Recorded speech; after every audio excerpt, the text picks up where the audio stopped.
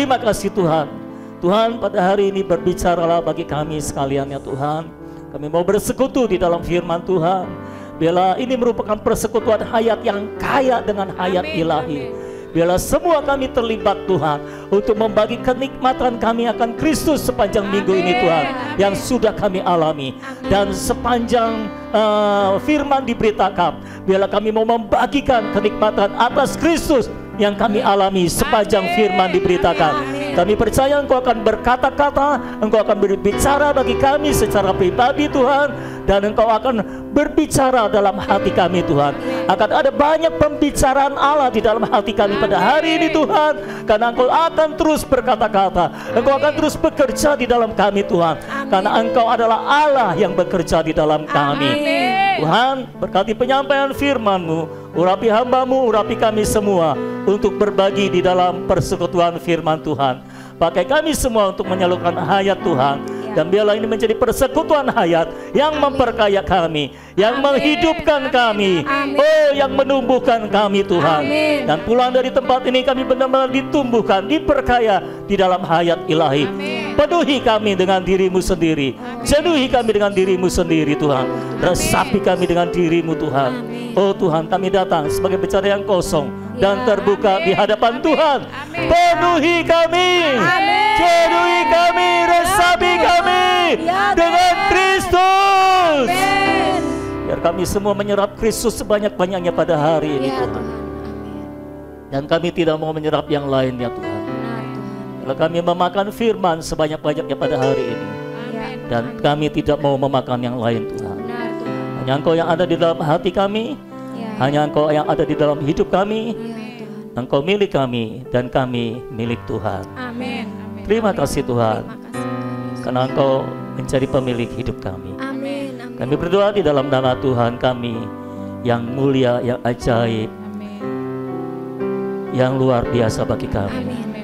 Dalam nama Tuhan Yesus Kristus, sama-sama kita katakan amin. Haleluya. Puji nama Tuhan. Silakan duduk saudara-saudara. Haleluya. Terpujilah nama Tuhan untuk selama-lamanya. Amin saudara.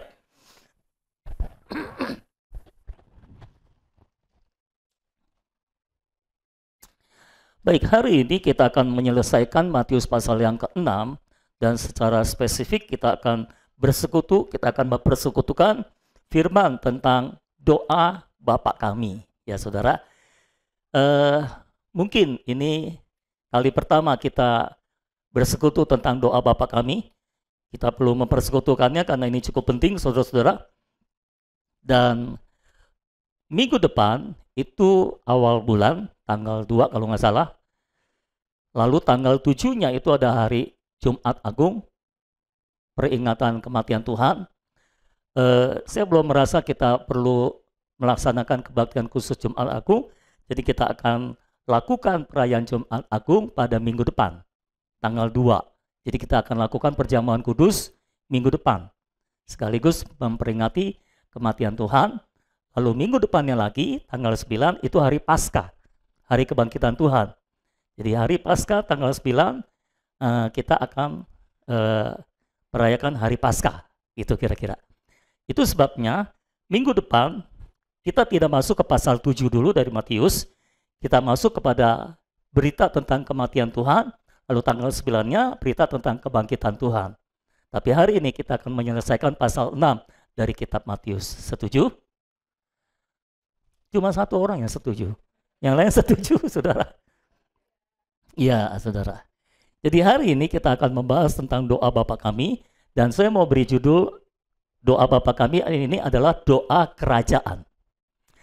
Saudara harus ingat bahwa Matius adalah kitab kerajaan. Matius mewahyukan Kristus sebagai seorang raja.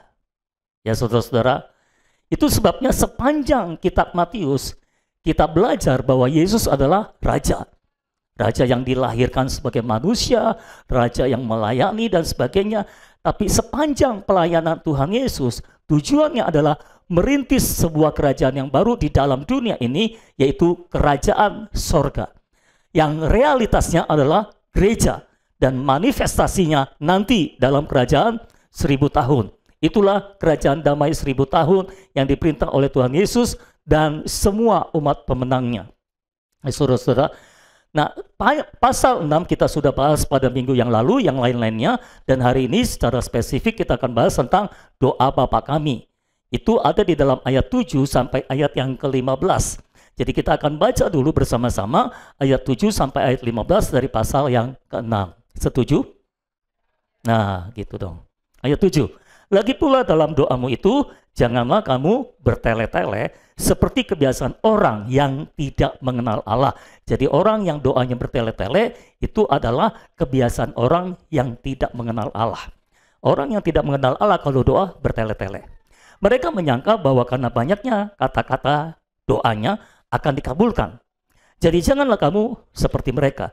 Karena Bapamu mengetahui apa yang kamu perlukan sebelum kamu minta kepadanya. Harusnya saudara aminkan ini. Karena itu berdoalah demikian. Bapa kami yang di sorga, dikuduskanlah namamu. Datanglah kerajaanmu. Jadilah kehendakmu di bumi seperti di sorga.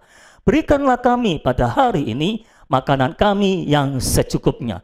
Dan ampunilah kami akan kesalahan kami, seperti kami juga mengampuni orang yang bersalah kepada kami. Dan janganlah membawa kami ke dalam pencobaan, tetapi lepaskanlah kami daripada yang jahat. Karena Engkaulah yang mempunyai kerajaan dan kuasa dan kemuliaan sampai selama-lamanya. Amin. Karena jikalau kamu mengampuni kesalahan orang, Bapamu yang di sorga akan mengampuni kamu juga.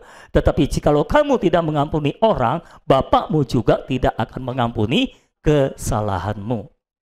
Ya saudara-saudara, dan inilah yang namanya doa kerajaan. Doa Bapa kami berfokus pada kerajaan. Kita akan belajar sama-sama pada hari ini. Nah, saya mau membagi dua kategori doa mengenai doa Bapa kami ini. Yang pertama kita akan melihatnya dari sudut kata-katanya, susunan kata-katanya. Lalu nanti yang kedua baru kita melihat dari sudut isinya. Jadi doa ini yang merupakan sebuah pola doa kerajaan, saudara-saudara. Nah, mari kita melihat dari sudut kata-katanya sekarang. Ayat 7 berkata, dalam doamu janganlah kamu bertele-tele. Jadi dari sudut kata-kata ada dua jangan yang harus kita perhatikan. Pertama, jangan bertele-tele. Yang kedua, jangan mengarang kalau berdoa. Ayo kita masuk pada yang pertama dulu, jangan bertele-tele. Tuhan Yesus berkata, doa tidak ditentukan oleh banyaknya kata-kata. Nah, ini kita harus pahami dengan benar, saudara. Kadang-kadang kita berpikir, wah kalau dia doanya pinter tuh. Maksudnya doanya pinter apa, saudara-saudara? Bisa menyusun kata-kata sedemikian rupa sampai doanya panjang dan indah kedengarannya. Nah, Tuhan Yesus berkata, doa itu dikabulkan atau tidak ditentukan oleh banyaknya kata-kata. Berarti justru kalau doa itu mungkin makin sedikit kata-katanya makin bagus, saudara. Karena orang-orang yang tidak mengenal Allah berpikir makin banyak kata-kata makin dikabulkan doanya. Tuhan Yesus bilang ini konsep yang salah. Doa tidak ditentukan oleh banyaknya kata-kata. Ngomong sama-sama dengan saya, doa tidak ditentukan oleh banyaknya kata-kata. Jadi ketika saudara berdoa, jangan fokus untuk menyusun kata-kata yang banyak. Cukup ungkapkan apa yang ada di dalam hati saudara, apa yang saudara rasa di dalam roh saudara dengan kata-kata yang singkat. Dan jangan bertele-tele. Bertele-tele itu artinya di dalam kata-kata yang kita ungkapkan ada banyak kata-kata yang sia-sia. Kalau saudara tulis kata-kata doa saudara, maka ada banyak kata-kata yang bisa dicoret tuh. Ini bisa dihilangin, ini bisa dihilangin, ini bisa dihilangin, ini bisa dihilangin. Dalam satu kalimat mungkin sudah ada 1000 kata, ada banyak yang dicoret. Mungkin tinggal 4 kata atau 5 kata yang bisa dipakai. Dan dengan 5 kata, itu sudah mewakili apa yang ingin saudara doakan sebetulnya. Tapi kita orang Kristen, kita terlatih untuk kalau doa, panjang dan lebar kata-katanya saudara. Karena tanpa sadar, kita punya sebuah latar belakang berpikir, makin banyak kata, makin didengar doanya. Enggak begitu saudara. Jadi tolong konsep makin banyak kata, makin didengar doanya diruntuhkan sekarang. Oke? Sudah runtuh? Oke. Jadi jangan kejar banyaknya kata-kata. Dan jangan menggunakan kata-kata yang diulang-ulang, redundant, bertumpuk-tumpuk, nggak berguna, sia-sia, seperti gitu saudara-saudara ya. Lalu alasan kedua, kenapa kita kalau berdoa nggak usah bertele-tele atau nggak usah panjang-panjang. Tuhan bilang, karena sebetulnya sebelum kamu meminta, Tuhan sudah tahu kok apa yang kamu perlukan. Artinya Tuhan mau ngomong kayak gini, pahitnya, ekstrimnya, Tuhan mau bilang, sebetulnya kamu nggak berdoa pun, aku sudah tahu apa yang kamu minta, apa yang kamu mau minta, apa yang kamu perlukan, aku sudah tahu. Cuma Tuhan mau kita tetap minta. Kenapa? Supaya kita bergantung kepadanya untuk semua keperluan kita. Betul? Karena Tuhan sudah tahu. Ini seperti seorang bapak yang jasmani. Bapak kita sudah tahu semua yang kita butuhkan, betul? Dia penuhi nggak? Saudara minta, dipenuhi. Kalau saudara nggak minta, dipenuhi nggak? Penuhi. Betul ya? Saudara tahu ya? Tapi ke Bapak di surga kok nggak percaya gitu kan? Bapak di surga sama seperti itu. Dia sudah tahu semua yang saudara perlukan dan dia memenuhinya secara diam-diam. Tapi kenapa dia mau saudara meminta juga? Karena yang namanya anak itu, kalau semuanya dipenuhi diam-diam dan dia nggak minta, dia tidak merasa bapaknya memberikan itu kepada dia. Betul nggak saudara? Tapi kalau satu waktu, dia misalnya sekolah, dia butuh satu buku yang harus dia beli. Ini buku harus dibeli sekarang juga, katakan lagi. Dia minta sama bapaknya, Bapak belikan aku buku ini buku harus ada sekarang juga. Lalu bapaknya belikan. Dia baru merasa, ini pemberian dari bapaknya. Yang lain-lain itu enggak. Saudara pasti pernah dengar cerita, seorang anak yang, dia sudah memberi banyak buat ibunya, dia sudah bekerja dan sebagainya. Lalu satu kali dia minta dikembalikan. Pernah dengar cerita itu? Lalu ibunya tulisin semua yang telah dia berikan kepada anak ini. Dari dia di dalam rahim, setiap sebulan ke dokter. Pertama berapa? 3 bulan sekali ya? Siapa yang pernah hamil? Saya nggak pernah hamil, jadi saya lupa. Mungkin sebulan sekali, nanti 2 minggu sekali, nanti seminggu sekali, gitu kan? Itu biayanya berapa? Kan itu buat si anak. Obatnya, belum minum suplemen, minum vitamin, minum susu, dan sebagainya saudara. Lalu ketika anak itu lahir, biayanya berapa? Itu kan semua yang anak butuhkan yang dipenuhi oleh orang tuanya. Cuma si anak tidak merasa itu diberikan oleh orang tuanya. Kenapa? Karena dia nggak pernah minta. Itu sebabnya saudara juga perlu minta. Kenapa? Supaya kalau saudara minta dan Tuhan berikan, saudara merasa ini Tuhan berikan. Jadi saudara bisa belajar untuk bergantung kepada Tuhan untuk semua keperluan saudara. Orang Kristen yang nggak pernah minta, tapi semua dicukupi, ini orang Kristen yang kadang-kadang nggak tahu berterima kasih saudara. Karena dia merasa Tuhan nggak berbuat apa-apa dalam hidupnya. Sama seperti dia merasa orang tuanya tidak berbuat apa-apa dalam hidupnya. Kalau saudara orang Kristen mendengar firman ini, bertobatlah pada hari ini. Tuhan bekerja terus dalam hidup saudara.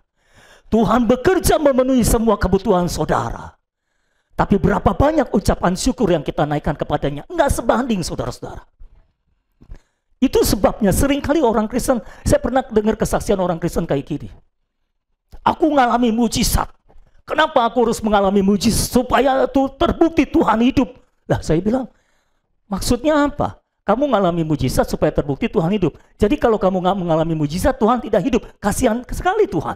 Hidup atau tidaknya Tuhan tergantung kamu mengalami mujizat atau tidak. Itu konsep yang salah sama sekali, saudara.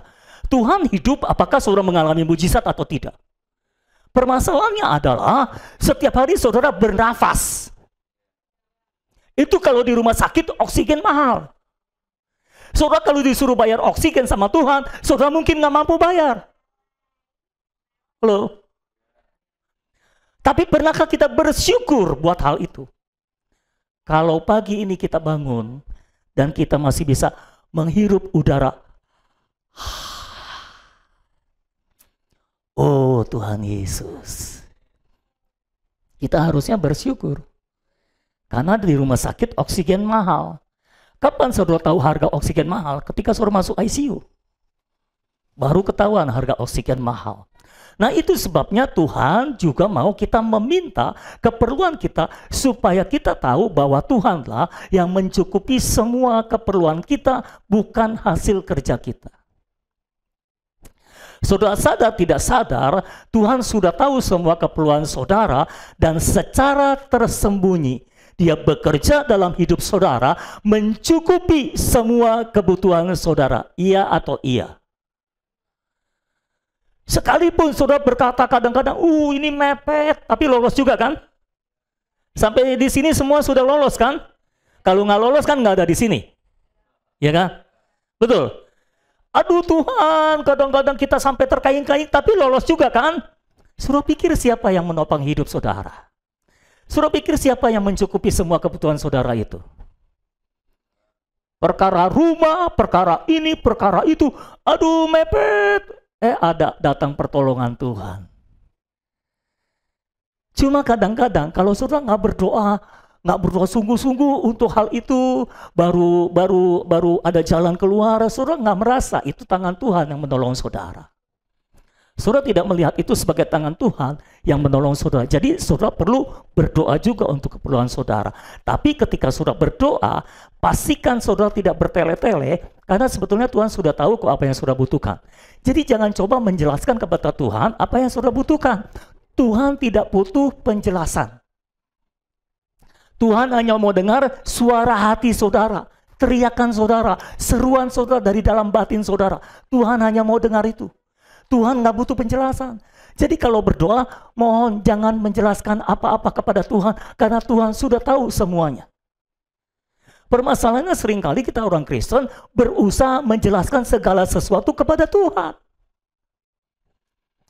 Tuhan, aku punya kebutuhan Tuhan. Kebutuhannya segini Tuhan. Untuk bayar uang sekolah Tuhan. Tuhan tahu. Bayar uang sekolah itu paling lama tanggal 10 Tuhan. Dan sekarang sudah tanggal 9 Tuhan. Kita berusaha menjelaskan segala sesuatu kepada Tuhan. Dan malaikat di surga bilang, iya sudah tahu.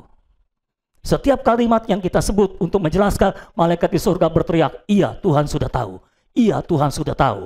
Iya Tuhan sudah tahu. Iya Tuhan sudah tahu. Kalau semua sudah Tuhan tahu dan sudah tetap berusaha menjelaskan, itulah yang namanya bertele-tele. Itu seperti orang yang datang ke rumah orang mau pinjam uang, pasti nggak bisa straight to the point. Mesti muter-muter dulu, menjelaskan ke sana kemari dulu, berikan alasan, berikan dasar mengapa dia meminjam uang. Dan akhirnya baru dia ungkapkan bahwa dia ingin pinjam uang. Nah, sama Tuhan nggak perlu begitu. Karena sebelum saudara datang, dia sudah tahu apa yang saudara butuhkan, dan dia akan memenuhinya karena saudara anak-anaknya. Bahkan tanpa saudara meminta, dia concern terhadap kebutuhan saudara. Hanya dia mengajar saudara untuk meminta supaya saudara tahu bahwa Tuhanlah pemenuh semua kebutuhan saudara, bukan dirimu. Bukan pekerjaanmu. Ya saudara, jadi tolong pahami itu. Nah, doa yang bertele-tele bukan berarti kita nggak boleh mengulangi doa ya. Maksudnya kita doa untuk satu perkara, udah doa cukup sekali. Doa harus dengan iman, nggak boleh diulang-ulang. Nah itu juga salah saudara. Kita boleh mengulang satu pokok doa maksudnya. Misalnya kita berdoa untuk apa? Saudara sakit, doa, belum sembuh. Boleh doa lagi nggak? Boleh dong. Masa nggak boleh? Jadi jangan doa bertele-tele, maksudnya bukan jangan mengulang doanya, tapi jangan mengulang kata-kata sia-sia. Maksudnya gitu, paham ya saudara ya? Karena kalau kita baca dalam Alkitab, Tuhan Yesus berdoa 3 kali untuk maksud yang sama. Di Taman Getsemani, dia berdoa hal yang sama. Ya Bapakku, jikalau mungkin, biarlah cawan ini berlalu daripadaku. Tapi bukan kehendakku yang jadi, melainkan kehendakmu yang jadi. 1 kali. Lalu Alkitab mencatat, dia berdoa untuk yang kedua kalinya. Sama doanya. Ya Bapakku, jikalau mungkin, sekiranya cawan ini lalu daripadaku. Oke. Lalu yang ketiga kali, Alkitab mencatat, dia berdoa yang sama. Kata-katanya sama. Ya Bapakku, jikalau mungkin, sekiranya apa? Ya Bapakku, jikalau mungkin sekiranya cawan ini lalu daripadaku, tapi bukan kehendakku yang jadi, tapi kehendakmu yang jadi. Setelah doa 3 kali, dia menyerah pada kehendak Tuhan dan selesai doanya. Dia berdoa 3 kali dengan doa yang sama. Jadi bukan berarti tidak boleh mengulang doa, tapi tidak boleh mengulang kata-kata sia-sia. Paulus juga berdoa 3 kali untuk duri dalam dagingnya, yang kemungkinan adalah penyakit pada matanya. Dia doa supaya ini berlalu, supaya dicabut duri dari dalam dagingnya. Tuhan tidak menjawabnya 1 kali, dia berdoa 2 kali, dia berdoa ketiga kali, dan Tuhan tidak mencabutnya juga, dia menyerah pada kehendak Allah. Biar kehendak Allah yang jadi. Jadi boleh mengulang doa sampai kita rasa itu tuntas. Urusan kita dengan Tuhan sudah tuntas, tapi jangan mengulang kata-kata sia-sia. Dengan demikian, Tuhan mau berkata, yang namanya doa itu, kita berdoa itu harus jujur dan jelas. Jujur dan jelas. Waktu lalu, waktu pasal 5, ingat kita pernah membahas tentang kalau ya, katakan ya, kalau tidak, katakan tidak. Apa yang lebih daripada itu berasal dari si jahat. Penjelasannya adalah artinya orang Kristen itu jangan banyak kata-kata. Jangan berusaha menjelaskan segala sesuatu. Pokoknya kalau ya bilang ya, kalau tidak bilang tidak. Jangan berusaha menjelaskan. Lalu waktu itu kita membahas, biasanya orang jujur banyak menjelaskan supaya orang percaya pada dia. Orang yang tidak jujur maksudnya. Penipu biasanya berusaha menjelaskan segala sesuatu supaya orang percaya pada dia. Tapi orang jujur, orang benar, kata-katanya sedikit. Dia nggak berusaha meyakinkan orang supaya orang percaya pada dia.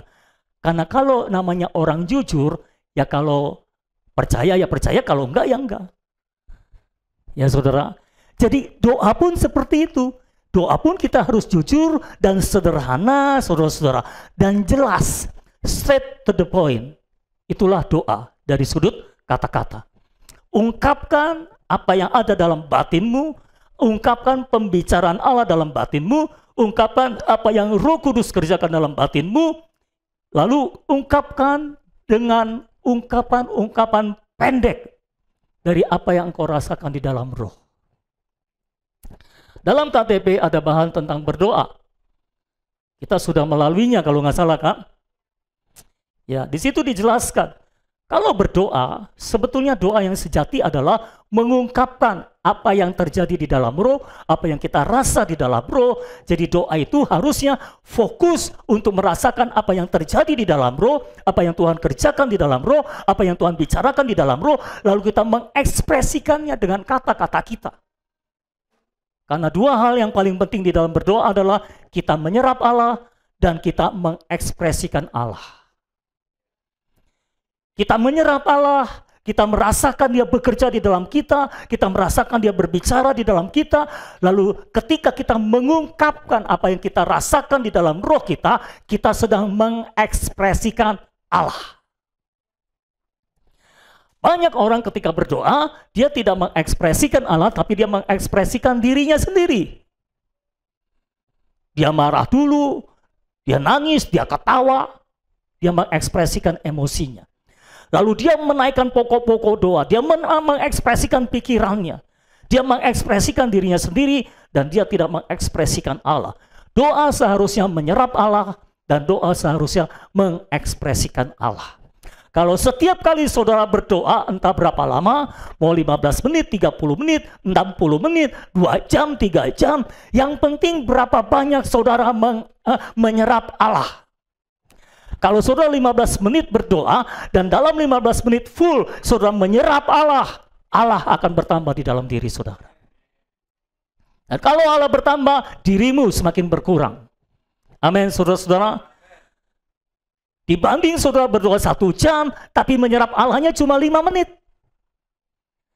Ya saudara. Tapi kalau saudara bisa doa 1 jam dan seluruh 1 jam, sepanjang 1 jam, saudara terus menyerap Allah, menyerap Allah, menyerap Allah, menyerap Allah, engkau penuh dengan Allah. Dan ketika engkau rasa Allah bekerja dalam diri saudara, Allah berbicara dalam diri saudara, engkau mengungkapkannya dengan ungkapan-ungkapan pendek. Tiba-tiba engkau merasa dia begitu manis bagi saudara. Engkau tinggal berdoa, oh Tuhan Yesus, engkau manis bagiku. Cukup. Mengungkapkan apa yang kita rasa. Dan kita sedang mengekspresikan Allah pada waktu itu. Amin, saudara-saudara. Nah itu sebabnya saudara, kalau kita harus berdoa dengan jujur dan jelas, makanya kita jangan fokus untuk mengarang.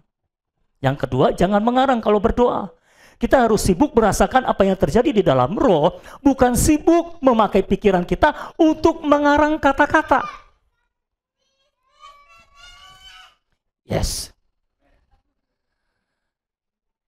Nah masalahnya adalah ketika kita mulai berdoa, kita mulai sibuk untuk mengarang kata-kata. Menyusun kata-kata. Karena kita dididik sebagai ahli bahasa. Haleluya. Seringkali saudara perhatikan, ketika kita mulai berdoa, kita langsung yang ada dalam pikiran kita adalah mau ngomong apa. Kan gitu ya saudara. Makanya banyak yang berdoa begini, gitu saudara. Mencari kata-kata. Pikirannya bekerja mencari kata-kata. Nah saudara harus melatih ulang diri saudara. Jangan begitu kalau berdoa. Jangan bertele-tele. Jangan sibuk mengarang. Karena saudara bukan penulis. Nah saudara-saudara yang biasa menulis, jangan dipraktekkan dalam doa. Jangan mengarang dalam doa. Tuhan mau saudara polos dan jujur di hadapan Tuhan, mengungkapkan apa yang ada di hati saudara. Amin saudara. Jadi ungkapkan, jangan mengarang, jangan berusaha menjelaskan, jangan berusaha mendefinisikan segala sesuatu. Kalau saudara adalah dosen, saudara mungkin mengalami kesulitan dalam berdoa. Karena maunya mendefinisikan segala sesuatu. Menjelaskan segala sesuatu. Nah, singkirkan kebiasaan doa yang seperti itu dari sudut kata-kata. Ini kita baru belajar dari sudut kata-kata nih saudara. Jadi jangan sibuk mengarang, tapi sibuk merasakan apa yang terjadi di dalam roh saudara. Lalu saudara ekspresikan apa yang terjadi dengan ungkapan-ungkapan pendek. 1 kalimat, 2 kalimat. Nah, itu adalah ungkapan perasaan roh dan bukan definisi atau penjelasan. Saudara paham apa yang saya sampaikan? Sampai di sini bisa menangkapnya? Nah, coba sekarang kita lihat doa Bapa kami. Coba kita lihat. Coba kita lihat praktek. Kata-katanya seperti ini. Bapa kami yang di sorga, dikuduskanlah namamu. Pendek atau panjang? Kalimat-kalimatnya pendek atau panjang? Ngarang atau enggak? Nah ini kan merupakan ungkapan dalam hati ya saudara ya. Kita merasa kita punya Bapa di sorga. Dan kita mau dia dikuduskan namanya. Kita ungkapkan dengan sederhana, dengan jelas, dengan jujur. Oh Bapa yang di sorga, dikuduskanlah namamu. Lalu kita ingat kerajaannya. Datanglah kerajaanmu. Kita ingat kehendaknya. Jadilah kehendakmu di bumi seperti di sorga. Haleluya. Ini sebetulnya pembicaraan dalam hati kita, pembicaraan Allah dalam hati kita yang kita ungkapkan. Nanti dari sudut isinya kita akan bedah apa artinya semua ini. Ini doa yang kaya, doa yang luar biasa, saudara-saudara. Kenapa? Karena ini adalah pembicaraan Allah dalam hati yang diungkapkan dengan ungkapan-ungkapan pendek. Oke? Coba saya mau sebentar kita praktek. Tolong yang dekat mic-nya, tolong ambil mic-nya. Budi, Andre, Yulis, Michael, masih ada mic di belakang? Oke. Saudara yang pegang mic supaya masuk ke ini suaranya. Yuk kita praktek doa korporat dengan doa Bapa kami. Ungkapan-ungkapan pendek. Ya. Sekalian saya mau kasih tahu saudara, maksudnya kita doa korporat itu seperti ini. Maksudnya. Siap? Oke. Saya mulai ya. Jadi kita ganti berganti, nggak usah bergilir, siapa aja mau masuk silakan masuk. Saya mulai. Oh Bapa kami yang di sorga, dikuduskanlah namamu. Datanglah kerajaanmu, jadilah kehendakmu di bumi seperti di sorga. Berikanlah kami pada hari ini makanan kami yang secukupnya. Dan ampunilah kami akan kesalahan kami ya Tuhan. Seperti kami juga mengampuni orang yang bersalah kepada kami. Oh Tuhan, janganlah membawa kami ke dalam pencobaan. Lepaskanlah kami daripada yang jahat. Amin. Karena Engkaulah yang punya kerajaan sorga, kerajaan dan kuasa dan kemuliaan sampai selama-lamanya. Amin. Amin. Selesai. 4 orang bisa doa semua dengan kalimat-kalimat pendek, 1 kalimat, 2 kalimat, jadi doa korporat. Saudara-saudara. Sampai di sini jelas? Oke, kalau ada yang mau nanya nanti disimpan terakhir ya. Sekarang mari kita melihat dari sudut isinya, saudara-saudara. Dari sudut isi saya juga membagi 2, karena ini memang ada 2 bagian. Yang pertama adalah bagi Allah, lalu yang kedua adalah bagi kita. Jadi doa kerajaan ini terdiri dari 2 bagian. Yang pertama bagi Allah, yang kedua bagi kita. Sekarang mari kita lihat bagi Allah. Bagi Allah itu berpusat pada Allah dan kerajaannya. Ayat 9 dan ayat 10 berkata seperti ini. Karena itu berdoalah demikian. Bapa kami yang di sorga, dikuduskanlah namamu. Datanglah kerajaanmu, jadilah kehendakmu di bumi seperti di sorga. Jadi doa yang pertama dinaikkan dalam doa kerajaan, ini merupakan pusat dari semua doa ini, adalah perhatikan tentang nama Allah, dikuduskanlah namamu, tentang kerajaan Allah, datanglah kerajaanmu, tentang kehendak Allah, jadilah kehendakmu. Ini doa bagi Allah yang berpusat pada kerajaan Allah. Ketika kita berdoa, kita berpusat pada kerajaan. Kita ingat nama Allah harus dikuduskan, kita ingat kerajaan Allah harus datang, dan kita ingat kehendak Allah harus terjadi di bumi seperti di sorga. Inilah doa kerajaan, saudara-saudara. Ada banyak kali kita berdoa, tapi doa kita tidak berpusat pada Allah dan kerajaannya. Dan kita harus melatih ulang diri kita untuk ketika kita berdoa, kita berpusat pada Allah dan kerajaannya dan kehendaknya.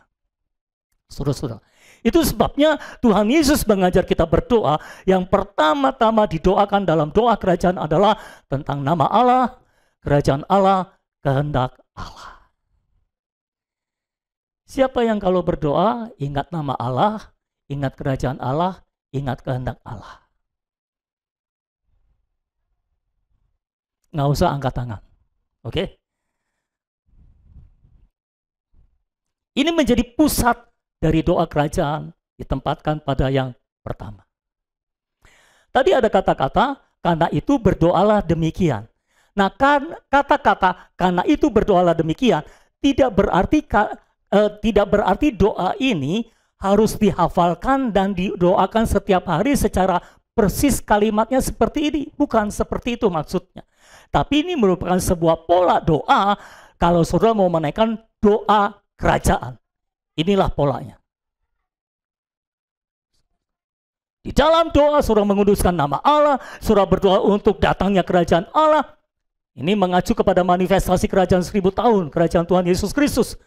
Dan berdoa supaya kehendak Tuhan jadi di bumi seperti di sorga, saudara-saudara. Kata berdoalah demikian tidak berarti kita harus menghafal doa ini dan mengucapkannya setiap hari. Karena beberapa orang Kristen melakukan seperti itu. Tiap hari berdoa, Bapa kami yang di sorga, dikuduskanlah namamu, datanglah kerajaanmu, jadilah kehendakmu di bumi seperti di sorga. Berikanlah kami pada hari ini makanan kami yang secukupnya. Ampunilah kami akan segala kesalahan kami, seperti kami juga mengampuni kesalahan orang yang bersalah kepada kami. Dan janganlah kami membawa kami pada pencobaan, tapi lepaskanlah kami daripada yang jahat. Karena Engkaulah yang punya kerajaan dan kuasa dan kemuliaan sampai selama-lamanya. Amin. Puji Tuhan, saya masih hafal loh saudara. Padahal hafalinnya waktu SMP kalau nggak salah. Masih hafal loh saudara. Tapi saya nggak mengucapkan itu dengan menghafal setiap hari saudara. Kenapa kita tidak melakukan itu? Kalau saudara perhatikan, setelah Yesus mengajarkan doa Bapa kami, dia nggak pernah menyebutkan doa Bapa kami dengan dihafalkan. Dia nggak pernah berdoa dengan doa Bapa kami yang dihafalkan. Ya. Dan setelah murid-murid melanjutkan pelayanan Yesus, kalau saudara baca dalam Kisah Para Rasul, nggak ada rasul-rasul berdoa doa Bapa kami yang dihafalkan. Nggak ada dicatat. Dalam surat-surat kiriman juga nggak ada dicatat rasul menyuruh jemaat berdoa dengan doa Bapa kami. Nggak ada. Jadi ini bukan sejenis mantra yang harus diulang-ulang, tapi ini sejenis pola dari doa kerajaan. Paham sampai di sini saudara-saudara? Oke.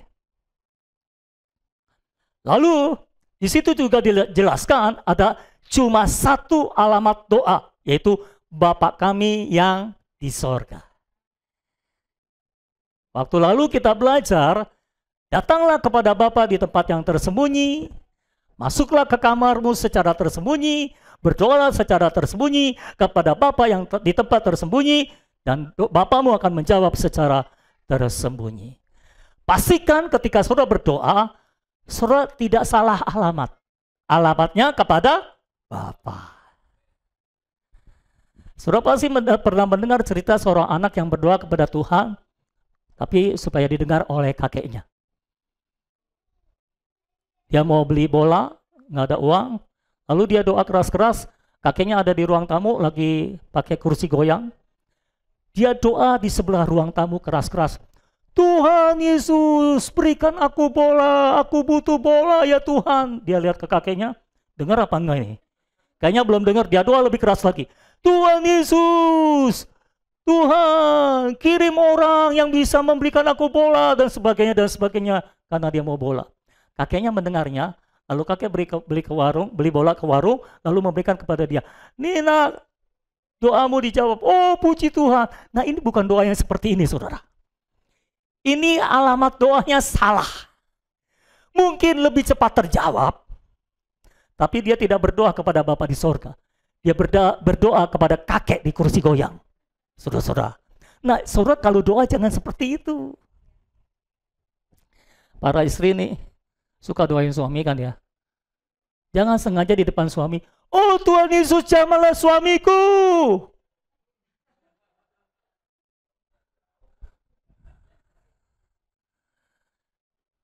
Jangan di depan suaminya doa kenceng-kenceng, jamahlah suamiku agar dia bertobat Tuhan.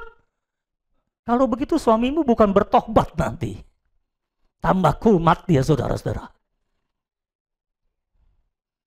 Itu salah alamat namanya. Pastikan kalau saudara berdoa alamatnya jelas kepada Bapa di sorga. Kok saudara nggak nyebut kayak belum tahu alamatnya nih? Kepada Bapa di sorga alamatnya jelas. Cuma satu alamat. Jangan berdoa naikkan kepada hamba Tuhan. Tuhan Yesus gerakan hamba Tuhan itu untuk memberi nubuat kepadaku. Wah ini agak salah alamat ini saudara.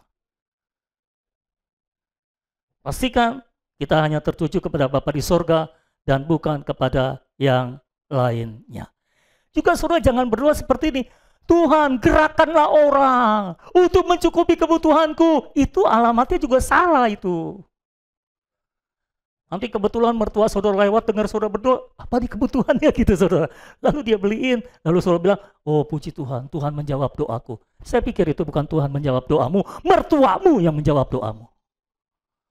Jadi pastikan ketika doa kita dijawab, pastikan doa kita dijawab oleh Bapa di sorga. Bukan oleh manusia. Dan jangan mengharapkan jawaban dari manusia. Kalau saudara berdoa, gerakan orang lain Tuhan, artinya saudara mengharapkan jawaban dari manusia. Oke? Terserah Tuhan cara menjawabnya, dia mau menggerakkan orang lain, dia mau menggerakkan burung gagak juga bisa. Jangan batasi Tuhan untuk gerakan orang terus. Ke Elia dia kirim burger pakai burung gagak, saudara. Bukan pakai orang. Kadang-kadang orang tidak mendengar suara Tuhan. Lalu Tuhan pakai burung yang bisa mendengar suara Tuhan. Jadi jangan berharap kepada manusia dan yang lain. Ketika saudara berdoa harus berharap hanya kepada Bapa yang di sorga. Katakan amin. Amin, saudara. Lalu kalau saudara perhatikan, disebutnya Bapa kami yang di sorga. Perhatikan baik-baik. Ini ada maknanya, saudara. Bapak ini Bapak kami loh, bukan Bapak kamu. Saudara harus pastikan saudara mengerti ini. Bapak kami artinya Bapak kita semua. Ini bukan Bapak kamu, ini Bapak kami.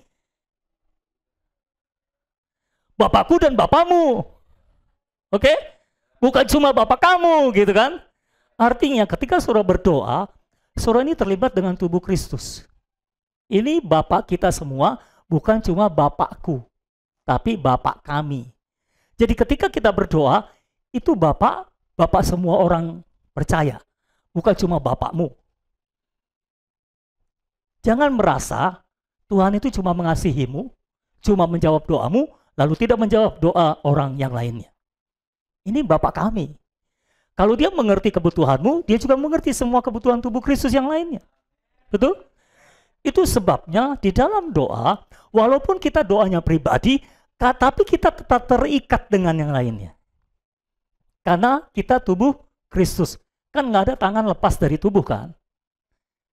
Ketika tangan berdoa, tangan tetap terikat pada tubuh. Dan itulah sebabnya, mengapa? Ketika kita berdoa, kadang-kadang Tuhan nyangkutin kita dengan anggota tubuh yang lain. Tuhan suruh kita, Tuhan berikan kita beban untuk berdoa syafaat buat yang lain.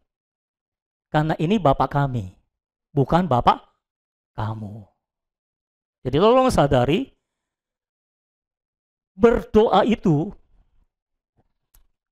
nanti kita akan dibawa oleh Tuhan untuk mempertimbangkan anggota tubuh yang lain juga. Oke? Dan kadang-kadang ketika kita berdoa, kita bisa digerakkan untuk berdoa buat anggota tubuh yang lain, kita bisa digerakkan untuk memberi kepada anggota tubuh yang lain, bisa saja. Semua bisa terjadi di dalam doa kalau kita menyadari bahwa ini adalah Bapa kami yang di sorga. Jadi ketika kita berdoa, pastikan kita tahu kita tidak berjuang sendirian, kita berjuang secara korporat di dalam doa. Walaupun doanya pribadi, tapi doa pribadi kita akan ada efek untuk korporat. Kita doa pribadi, kita dijamah oleh Tuhan, kita menerima pembicaraan Allah. Nanti waktu hari Minggu dalam pertemuan tubuh Kristus, kita bisa membagikan pembicaraan Allah di tengah-tengah umat Tuhan. Itu sebabnya doa kita akan berefek kepada tubuh Kristus yang lain. Karena ini adalah Bapa kami. Oke? Sampai sini paham? Oke. Dikuduskanlah namamu, itu berhubungan dengan Bapa. Datanglah kerajaanmu, itu berhubungan dengan Putra. Jadilah kehendakmu, itu berhubungan dengan Roh. Jadi doa ini juga mencakup Allah Tritunggal, saudara-saudara. Karena Allah kita adalah Allah Tritunggal. Doa ini bukan hanya mencakup Allah Tritunggal, tapi juga mencakup rentang waktu yang sangat jauh sampai pada manifestasi kerajaan 1000 tahun. Prinsipnya begini, saudara. Ketika nama Bapa dikuduskan, kerajaan Putra akan datang. Dan ketika kerajaan Putra akan datang, maka Roh akan memulihkan kehendak Allah untuk terjadi di bumi seperti di sorga. Dikuduskanlah namamu. Ketika nama Allah dimuliakan di seluruh bumi, dikuduskan di seluruh bumi, kerajaan Putra akan datang. Kerajaan damai 1000 tahun. Kerajaan Tuhan Yesus Kristus. Yang realitasnya sekarang ada di dalam gereja, tapi manifestasinya nanti ada dalam kerajaan 1000 tahun. Maka kerajaan Putra akan datang. Dan ketika kerajaan Putra datang, Yesus memerintah bersama semua pemenangnya itu, saudara-saudara, maka Roh akan memulihkan kehendak Allah di bumi seperti di sorga. Apa yang terjadi di sorga akan terjadi juga di bumi. Kehendak Allah yang ada di sorga akan terjadi juga di bumi. Amin, saudara-saudara. Jadi doa ini penuh, doa ini luar biasa saudara-saudara. Mencakup Allah Tritunggal, mencakup rentang waktu yang cukup panjang.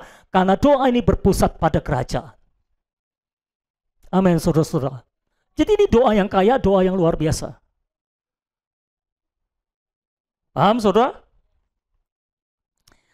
Oke, sekarang mari kita masuk yang bagi kita, bagian yang kedua, bagi kita. Bagi kita ini berpusat pada kematian diri agar dapat melaksanakan kehidupan kerajaan yang tepat.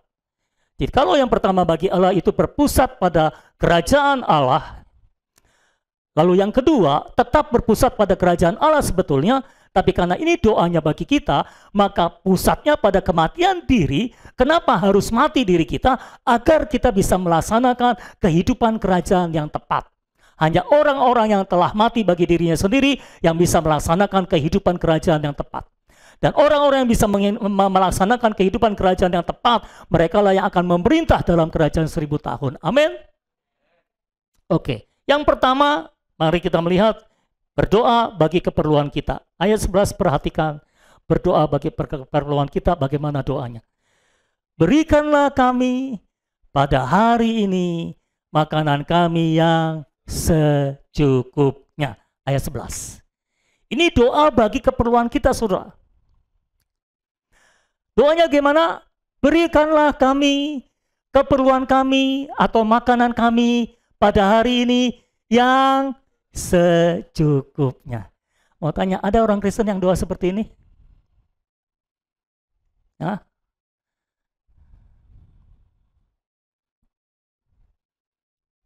Tahu maksudnya doa, Tuhan berikanlah kami kebutuhan kami, makanan kami pada hari ini yang secukupnya. Nah, kebanyakan doa orang Kristen mencakup rentang waktu yang cukup panjang, bukan untuk kerajaan Allah, tapi untuk dirinya sendiri. Tuhan, sepanjang bulan ini, cukupkan kami, limpahkan kami, haleluya. Kita enggak, rasanya jarang orang Kristen yang berdoa, Tuhan berikanlah kami pada hari ini makanan kami yang secukupnya untuk hari ini. Besok doa lagi. Kenapa kita diajar doa seperti ini? Supaya setiap hari kita bergantung kepada Tuhan. Ya, saudara ya. Artinya apa? Setiap hari kita harus hidup demi iman. Bergantung kepada Tuhan. Makanya orang Kristen itu banyak yang bohong loh. Hidup demi iman. Wes. Tabungannya banyak. Buat besok masih ada. Buat 7 turunan masih ada, saudara-saudara. Gimana mau hidup demi iman tiap hari? Susah, saudara. Itu sebabnya Tuhan Yesus mengajar, berdoa untuk keperluan kita. Tuhan, berikan kami pada hari ini makanan kami yang secukupnya. Amin, saya sendiri amin. Artinya, Tuhan mau setiap hari kita bergantung kepada Tuhan, hidup bersandar iman, bersandarkan pada suplai harian Tuhan. Ini cara untuk mati dari diri sendiri. Kalau saudara berdoa seperti ini, saya pastikan tidak ada lagi keserakahan dalam hidup saudara. Semua keserakahan itu berhala, keserakahan runtuh semuanya. Saudara nggak peduli besok saudara mau makan apa. Saudara nggak peduli besok saudara makan atau tidak. Saudara percaya Tuhan akan mencukupi keperluan saudara setiap hari. Saudara bersandar kepada Tuhan untuk pemenuhan kebutuhan saudara. Ini doa yang mematikan keserakahan dalam hidup kita. Di sisi yang lain, Tuhan juga ingin ketika dia mengajar doa seperti ini, Tuhan ingin kita memprioritaskan untuk mencari kerajaan Allah dan kebenarannya, bukan kebutuhan, bukan pemenuhan kebutuhan. Itu sebabnya di dalam Matius 6 ayat 31 sampai 34, Matius 6. Oh berarti nanti berikutnya belum pasal 7 ini. Matius 6 masih panjang rupanya saudara. Matius 6 ayat 31 sampai 34 Alkitab berkata, Tuhan Yesus berkata seperti ini. Sebab itu janganlah kamu khawatir dan berkata, apakah yang akan kami makan? Apakah yang akan kami minum? Apakah yang akan kami pakai? Semua itu. Apa itu semua itu? Pemenuhan kebutuhan. Semua itu dicari bangsa-bangsa yang tidak mengenal Allah. Kalau bangsa yang tidak mengenal Allah, fokus hidupnya pada pemenuhan kebutuhan, mencari pemenuhan kebutuhan. Tapi orang yang mengenal Allah, fokus hidupnya, prioritas hidupnya, mencari dahulu kerajaan Allah dan kebenarannya, baru yang lain ditambahkan kepada dia. Betul saudara? Akan tetapi Bapamu yang di sorga tahu bahwa kamu memerlukan semuanya itu. Tetapi sama-sama carilah dahulu kerajaan Allah dan kebenarannya. Mana suaranya? Ulang, tetapi carilah dahulu kerajaan Allah dan kebenarannya, maka semuanya itu akan ditambahkan kepadamu. Apa semuanya itu? Semua yang dicari oleh bangsa-bangsa yang tidak mengenal Allah, pemenuhan kebutuhan hidup. Ayat 34, saya tidak mau ketinggalan ayat ini. Sebab itu, janganlah kamu khawatir akan hari besok. Karena hari besok mempunyai kesusahannya sendiri. Jadi Tuhan realistis juga saudara. Jangan khawatir akan hari besok, karena hari besok kan punya kesusahannya sendiri. Jangan kamu tanggung kesusahan hari besok hari ini. Nanti berat hidupmu. Jadi tanggung saja kesusahan hari ini untuk hari ini. Jangan mikirin hari esok, kesusahan hari esok. Kamu pikiran hari ini. Nanti mejret kamu. Apa itu mejret? Kesusahan sehari cukuplah untuk sehari. Menurut saudara, kenapa hidup kita seringkali terasa lebih berat daripada yang seharusnya? Lalu terkayang-kayang dan kita berkata, Tuhan tidak tahan, Tuhan mana tahan. Kita berkata seperti itu. Kenapa? Karena kita seringkali menanggung kesusahan hari esok. Bahkan bukan cuma hari esok, bulan depan, tahun depan, 10 tahun lagi. Anak baru umur 5 tahun kita sudah pikirin nanti kuliah biayanya gimana ya. Kan repot saudara. Baru 5 tahun. Udah masuk sekolah belum 5 tahun? Belum masuk sekolah udah pikirin kuliah nanti biayanya gimana? Ya, jret lah. Jadi kesusahan sehari cukuplah untuk sehari. Kesusahan hari esok ada masanya untuk dipikirkan. Besoklah. Tidur dulu dengan tenang, besok pagi doa, setelah doa baru pikirin kesusahan. Tapi biasanya setelah doa sudah nggak kepikiran kesusahan sih. Cuma kepikiran Kristus. Amin. Dan Kristus akan memenuhi, menjadi segalanya untuk kebutuhan kita. Amin, saudara-saudara. Begitulah cara hidup orang Kristen. Setiap hari bergantung pada Kristus. Setiap hari fokusnya, prioritasnya mencari dahulu kerajaan Allah dan kebenarannya. Bukan mencari pemenuhan kebutuhan hidup. Jadi kalau bangun pagi, apa yang saudara cari? Haleluya. Puji Tuhan. Bukan cari sendal kan? Bangun pagi, carilah Tuhan. Carilah kerajaannya dan kebenarannya. Maka sekaliannya akan ditambahkan kepadamu. Nah saudara, cara hidupnya salah sih selama ini. Carinya pemenuhan kebutuhan hidup sehingga Tuhan nggak bekerja.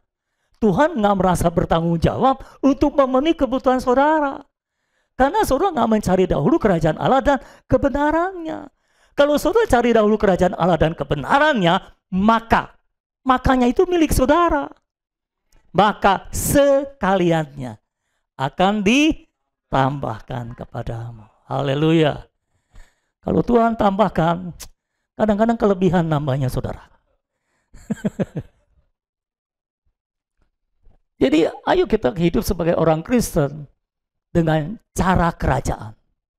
Inilah doa kerajaan yang membuat kita mati dari diri sendiri sehingga kita bisa memiliki, melaksanakan kehidupan kerajaan yang tepat. Jadi kalau mulai hari ini berdoalah untuk kebutuhan saudara, tapi berdoalah, berikan kami pada hari ini makanan kami yang secukupnya. Kayaknya banyak yang belum rela ada doa seperti ini. Lihat doa orang Kristen hari ini. Oh Tuhan Yesus, berikan saya mobil Tuhan, rumah Tuhan, rumahnya ada kolam renangnya Tuhan, ada danaunya sekalian Tuhan. Ih, luar biasa, rumah ada danaunya saudara. Doa orang Kristen materialistis sekali saudara. Sama nubuatan-nubuatan hamba Tuhan sekarang juga materialistis sekali saudara-saudara. Jadi ayo kita kembali kepada apa dia namanya? Hakiki kita sebagai umat kerajaan. Ayo berlaku sebagai umat kerajaan yang lebih memikirkan, mementingkan nama Allah, kerajaan Allah, kehendak Allah. Bukan mementingkan kerajaanku, namaku, dan kehendakku.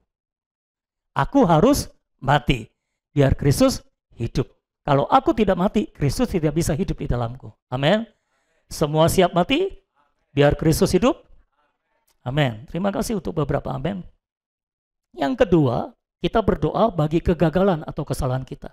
Ayat 12, dan ampunilah kami akan kesalahan kami, seperti kami juga mengampuni orang yang bersalah kepada kami. Nah ini kita diingatkan, diterangi oleh Tuhan akan kegagalan kita, kesalahan kita. Kita banyak berbuat salah, kita banyak kegagalan di hadapan Tuhan, di hadapan manusia, tuh saudara-saudara. Ya.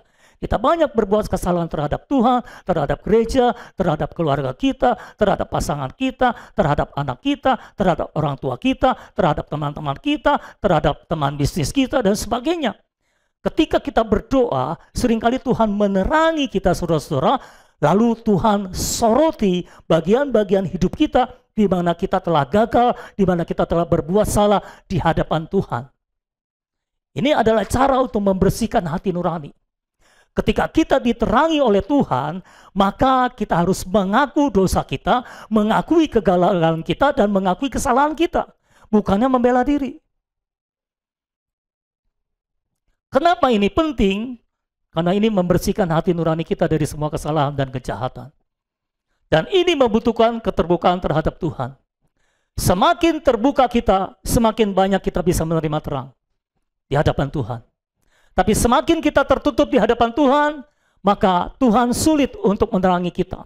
Kalaupun Tuhan menerangi kita, kita tidak akan bisa melihat terang itu, saudara-saudara. Itu sebabnya bagian ini membutuhkan keterbukaan kita terhadap Tuhan. Dan ketika kita diterangi, kita mengakui semua dosa kita, kegagalan kita, kesalahan kita di hadapan Tuhan, supaya darah Yesus, kita menerapkan darah Yesus sesudah itu, dan darah Yesus akan menyucikan kita dari semua dosa dan kejahatan. Haleluya. Sehingga kita diputihkan kembali oleh Tuhan, dipulihkan. Inilah pemutihan, saudara-saudara. Kita menjadi nol kembali, menjadi bersih kembali seperti orang yang tanpa dosa. Karena darah Yesus membersihkan hati nurani kita dari semua dosa dan kejahatan. Kita bukan hanya diampuni oleh Tuhan, tapi juga dibersihkan oleh darah Yesus. Amin, saudara-saudara. Nah, ketika kita berdoa untuk mohon ampun atas kegagalan dan kesalahan kita, Tuhan ingatkan kita juga harus mengampuni orang lain yang bersalah kepada kita. Satu sisi kita mengakui, minta ampun kegagalan, kesalahan kita, tapi lain sisi kita juga harus melepaskan pengampunan kepada orang yang bersalah kepada kita. Catatan kakinya jelas dan tegas. Kalau kamu tidak mengampuni kesalahan orang lain, Bapa di sorga juga tidak akan mengampuni kamu. Di sini Tuhan menekankan persekutuan itu bukan cuma vertikal, tapi juga horizontal. Persekutuan vertikal salah mempengaruhi persekutuan horizontal dengan saudara seiman. Tetapi persekutuan horizontal salah, persekutuan vertikal pun akan terganggu. Kalau engkau tidak mengampuni saudaramu yang salah, Bapakmu di sorga juga tidak akan mengampuni kesalahan kamu, sekalipun kamu mengakuinya dengan mencucurkan air mata. Kalau Bapamu tidak mengampunimu, artinya tidak ada satupun doamu yang bisa diterima oleh Tuhan. Karena engkau tidak datang dengan pembersihan oleh darah Yesus. Engkau datang dengan kebenaranmu sendiri. Kau berkata, dia yang salah Tuhan, bukan aku yang salah. Engkau datang dengan kebenaranmu sendiri. Engkau datang tidak bergantung pada kebenaran Kristus, pada penebusan oleh darah Yesus. Kebenaranmu sendiri tidak laku di hadapan Tuhan. Jadi kalau engkau datang ke hadapan Allah dengan kebenaranmu sendiri, maaf, doamu tidak diterima oleh Tuhan. Tidak ada persekutuan yang bisa terbangun dengan Tuhan. Tapi kalau engkau clear dengan saudaramu, engkau mengampuni kesalahan saudaramu, engkau membebaskan hutang daripada saudaramu, karena Tuhan Yesus mengumpamakan kesalahan dan dosa sebagai hutang. Jadi engkau mengampuni kesalahan saudaramu, sekalipun mungkin dia tidak minta ampun, maka Bapa di surga akan mengampuni saudara juga. Dan kalau Bapa di surga mengampuni, artinya persekutuan dengan saudara seiman clear, persekutuan dengan Allah clear, doa kita diterima oleh Tuhan. Amin. Jadi ini bisa merupakan syarat doa. Syarat doa adalah hati nurani yang murni tanpa kesalahan. Semakin murni hati kita, semakin persekutuan hayat akan terbangun dan semakin kita bisa menyerap Allah. Kita tidak mungkin bisa menyerap Allah dengan hati nurani yang tidak murni. Pastikan hati nurani saudara murni dan kita akan berdoa membangun persekutuan dengan Tuhan. Persekutuan kita secara vertikal oke, dan secara horizontal juga oke. Karena itu semua berhubungan. Kembali di sini ditekankan, doa kita kepada Tuhan ada hubungannya dengan anggota tubuh yang lain. Karena ini adalah Bapa kami. Amin, saudara-saudara. Jadi doa pada bagian ini mengakui kegagalan dan kesalahan kita, memurnikan hati nurani kita. Ini tujuannya untuk menjaga persekutuan hayat antara kita dengan Tuhan dan dengan saudara seiman kita. Dan inilah kehidupan kerajaan yang tepat. Ini mematikan kebenaran kita sendiri, ini mematikan kesombongan kita. Dan kalau kita lakukan ini, kita akan melaksanakan kehidupan kerajaan yang tepat. Persekutuan hayat kita lancar antara kita dengan Tuhan dan antara kita dengan saudara seiman kita. Amin, saudara-saudara. Yang ketiga, berdoa bagi kelemahan kita. Ayat 13. Dan janganlah membawa kami ke dalam pencobaan, tetapi lepaskanlah kami daripada yang jahat. Karena Engkaulah yang mempunyai kerajaan dan kuasa dan kemuliaan sampai selama-lamanya. Amin. Sadarkah saudara, ketika kita berdoa, ya Tuhan tolong kami, jangan membawa kami ke dalam pencobaan dan lepaskanlah kami dari yang jahat. Ini berarti kita sedang mengakui bahwa kita lemah di hadapan Tuhan.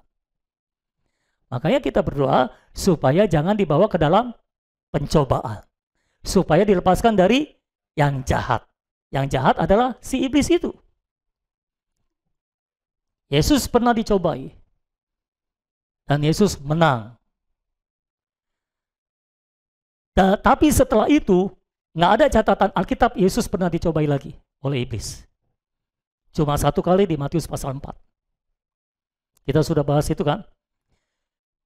Nah, kita sekarang diajar oleh Tuhan Yesus untuk berdoa, Tuhan, jauhkan kami dari pencobaan. Jangan bawa kami ke dalam pencobaan.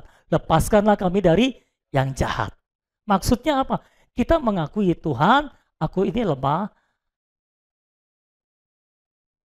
tolong jauhkan aku dari pencobaan. Jangan bawa aku ke dalam pencobaan. Lepaskan aku dari yang jahat. Karena aku lemah Tuhan. Tolong lindungi aku dari pencobaan, dari yang jahat. Di Taman Getsemani, minggu depan kita akan bahas tentang Taman Getsemani. Di Taman Getsemani Tuhan Yesus berkata seperti ini. Berdoalah supaya kamu jangan jatuh ke dalam pencobaan. Karena roh memang penurut, tapi daging lemah. Jadi kita harus berdoa supaya kita tidak dibawa ke dalam pencobaan, supaya kita tidak jatuh ke dalam pencobaan. Kalau saudara baca perikop sebelumnya, sebelum Taman Getsemani, malam itu atau sore itu, Tuhan Yesus berkata kepada murid-muridnya, malam ini kamu semua akan tergoncang imanmu. Karena aku. Karena ada tertulis gembala akan dibunuh dan domba-domba akan tercerai-berai. Artinya Tuhan mau berkata, malam ini kamu akan jatuh ke dalam pencobaan. Tapi suruh tahu, Petrus dan murid-murid berkata apa? Petrus langsung bangkit dan berkata, sekalipun semua orang tergoncang imannya karena engkau, aku tidak. Oh haleluya. Kita hargai imannya Petrus, saudara-saudara. Lalu Tuhan ngomong lagi, aku berkata kepadamu, malam ini juga, sebelum ayam berkokok kamu sudah menyangkal aku 3 kali. Petrus jawab lagi. Ini orang takabur ini, saudara.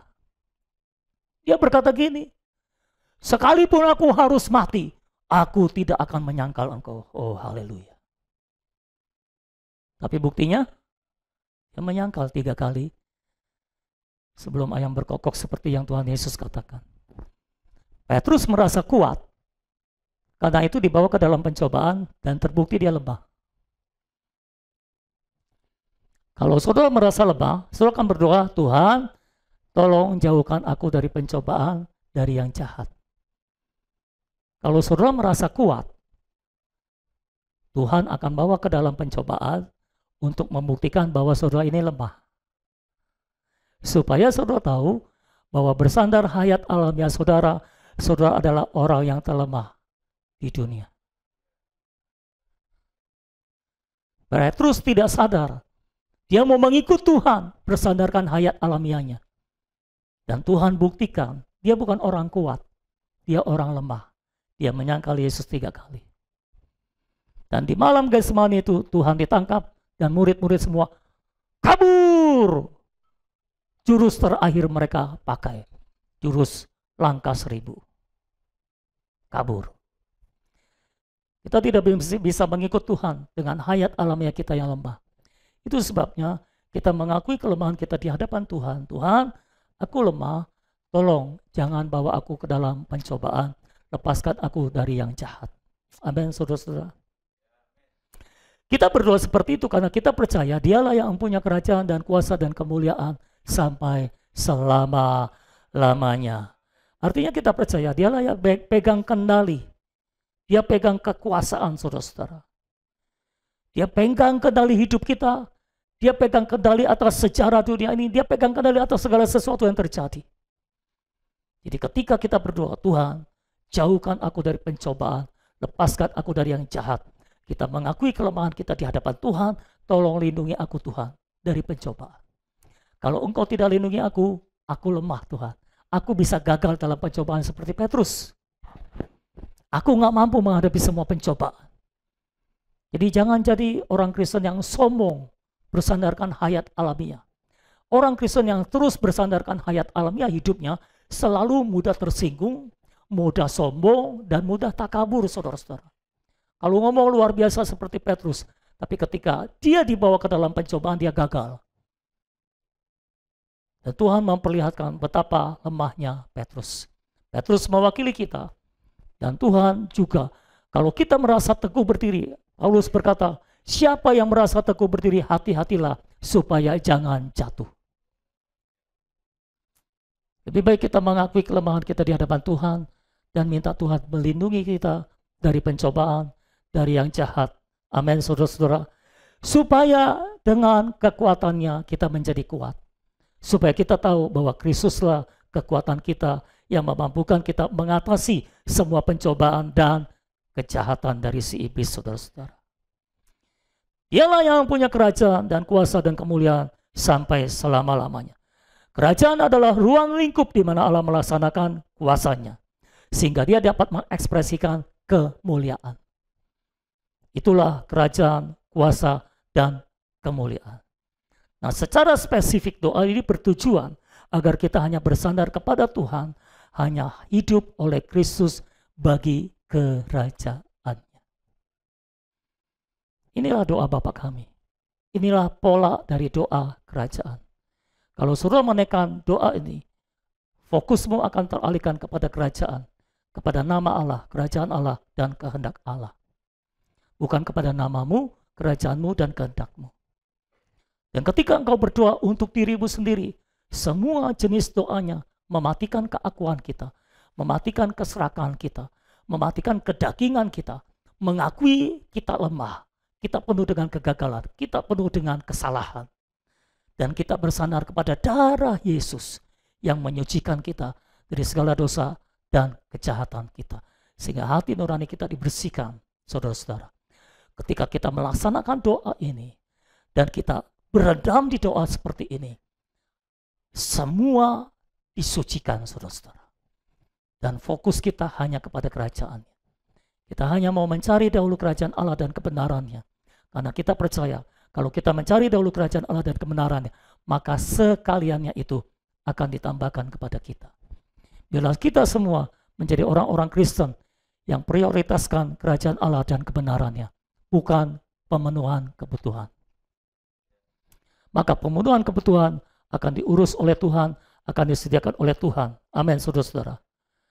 Dan sepanjang hidup kita diselamatkan dari semua pencobaan dan kejahatan. Dan pada akhirnya kita bisa melaksanakan kehidupan kerajaan yang tepat sebagai umat Tuhan di dalam gereja Tuhan.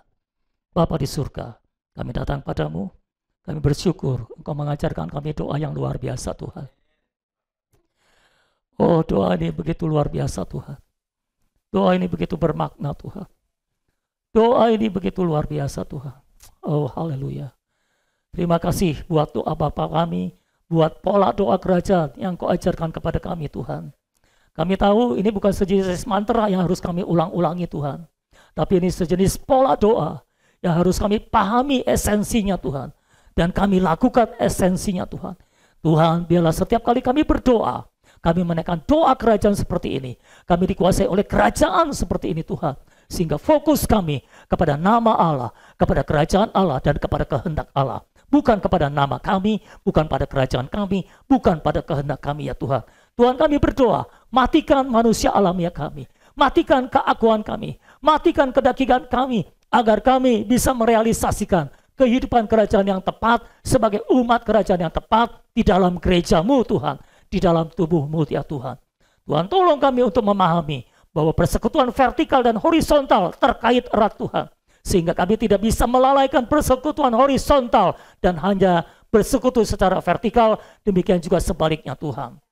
Oh Tuhan, tolong kami Tuhan untuk menangkap esensi dari doa kerajaan ini dan menerapkannya dalam kehidupan kami. Tuhan, tolong kami juga untuk bersekutu bersama dalam pembicaraan Allah selanjutnya, dan Engkau pakai kami untuk berbicara bagi Allah, membangun tubuh Kristus. Terima kasih Tuhan, dalam nama Tuhan Yesus kami berdoa, amin. Silakan kalau saudara mau sharing atau bertanya. Haleluya. Jangan ragu-ragu, kalau ada pembicaraan dalam hati saudara, berbicaralah.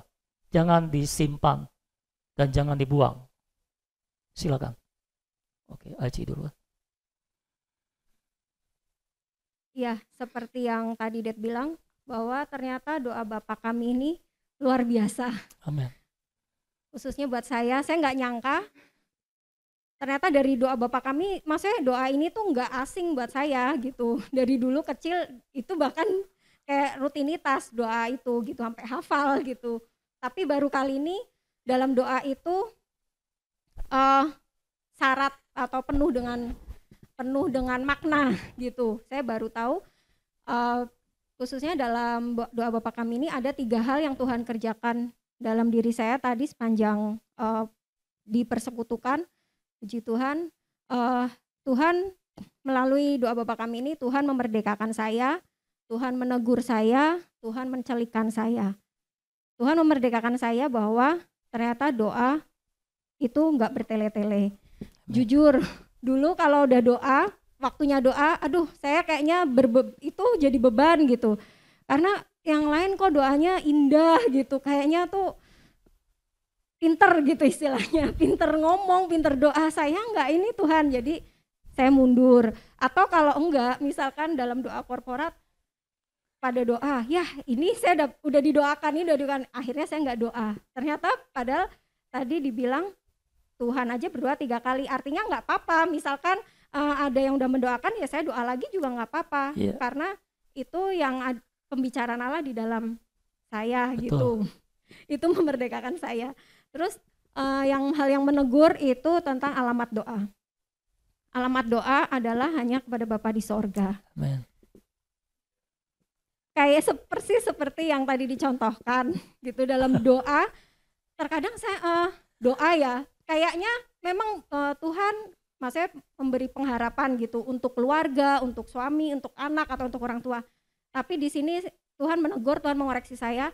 Ternyata Tuhan tahu apa isi hati saya. Isi hati saya, ini loh Tuhan, ini suamiku gitu, atau ini anakku. Bahkan kalau misalkan dalam doa korporat, semoga dia dengar gitu, atau padahal haleluya. itu jahat sekali gitu. Itu aku banget ya, maksudnya selalu ngelihat ke yang lain, ke diri saya enggak, itu sih. Itu dan ternyata Tuhan tegur juga tentang saya masih khawatir. Karena dalam doa saya kadang saya masih mendoakan bukan hanya yang sebulan 2 bulan, tapi saya suka mendoakan sampai hari tua saya. Oh, haleluya. Tapi dibalut dengan yang ini. Tuhan, saya nanti hari tuanya mau ini gitu untuk engkau, embel-embelnya Hari untuk tua engkau. mau keliling dunia. Itu, tapi ya ampun, pantesan saya kok kayaknya bener lemes. Gitu, karena mendoakannya bukan jangka waktu sebulan 2 bulan, cuma jangka panjang banget gitu. Itu terus yang mencelikan saya bahwa berdoa itu berhubungan dengan anggota tubuh yang lain. Amin. Bahwa ternyata enggak cuman hanya berdoa, kehidupan saya pribadi itu bukan saya berdiri di atas kaki seorang Aci, tapi dalam kehidupan sehari-hari itu saya harus menjaga diri saya karena Aci ini sekarang terhubung dengan yang lain yang ada di sini. Amin. Itu Ya. dalam sih. Amin. Itu dalam. Ya. Terima Amin. kasih. Terima kasih. Ketika seorang berbicara bagi Allah, saudara yang lain jangan diam aja, respon dong. Aktifkan roh saudara, jangan biasakan rohnya pasif, oke? Roh yang pasif itu jelek. Membuat saudara jadi sulit hidup di dalam roh. Jadi aktifkan roh saudara. Saya tambahkan sedikit, ketika kita berdoa, misalnya kita berdoa untuk pertobatan seseorang, lalu kita mengharapkan orangnya dengar, itu berarti kita sedang berdoa sambil menghakimi orang lain. Oke? Jelas ya saudara? Jadi itu tidak boleh terjadi. Kita tidak boleh berdoa sambil menghakimi orang lain. Nggak diterima oleh Tuhan menghakimi orang lain, itu sudah salah. Kita harus mohon ampun itu untuk kesalahan itu. Jelas ya? Silakan yang lain. Ya cepat. Come on, jangan buang waktu. Tuh, Nurtina cari mic. Tolong berikan mic-nya.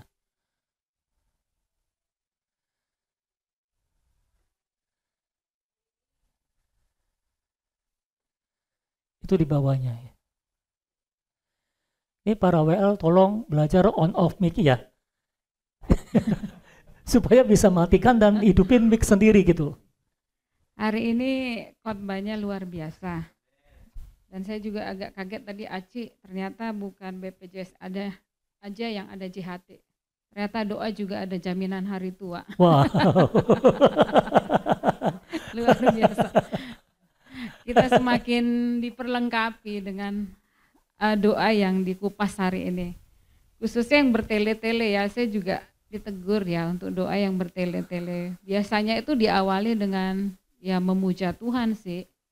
Tapi diakhiri dengan akunya, nah itu masih sering terjadi. Jadi tadi dengar, oh ya pertama sih memuji Tuhan luar biasa, tapi terakhirnya masih akunya masih ingat, oh ya Tuhan kebutuhan gitu. Jadi hari ini benar-benar luar biasa penjabarannya dan agak diingatkan juga untuk berdoa menggunakan roh bukan daging, jadi nggak ngarang kemana-mana. Ya. Jadi tetap fokus menggunakan roh.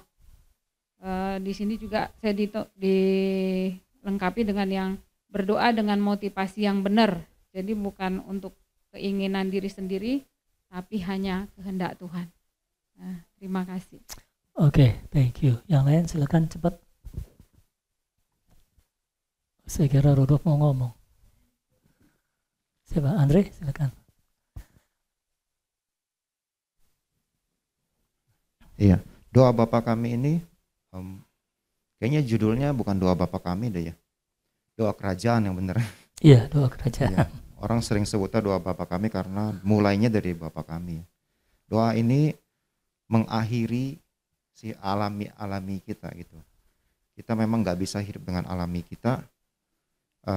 Ini doa yang kalau buat saya kembali disoroti lagi, nggak bisa nih hidup dengan manusia jiwa kita, manusia alami kita. Dari semua aspek kehidupan disoroti gitu. Kita nggak bisa pakai untuk apapun manusia lama kita ini. Itu lemah, itu nggak ada gunanya. Ya. Jadi benar-benar setiap penyampaian berita yang disampaikan ini benar-benar membawa kita untuk menanggalkan, menghabisi diri kita untuk kita benar-benar hidup bersandar kepada Tuhan. Itu yang menjadi terang buat saya. Amin. Silakan, ada lagi yang lain? Yuk, cepat saudara. Kalau Tuhan berbicara dalam saudara, tapi saudara nggak bagikan kepada yang lain, artinya saudara pelit membagi kenikmatan terhadap yang lain. Itu berguna untuk membangun yang lain. Oke.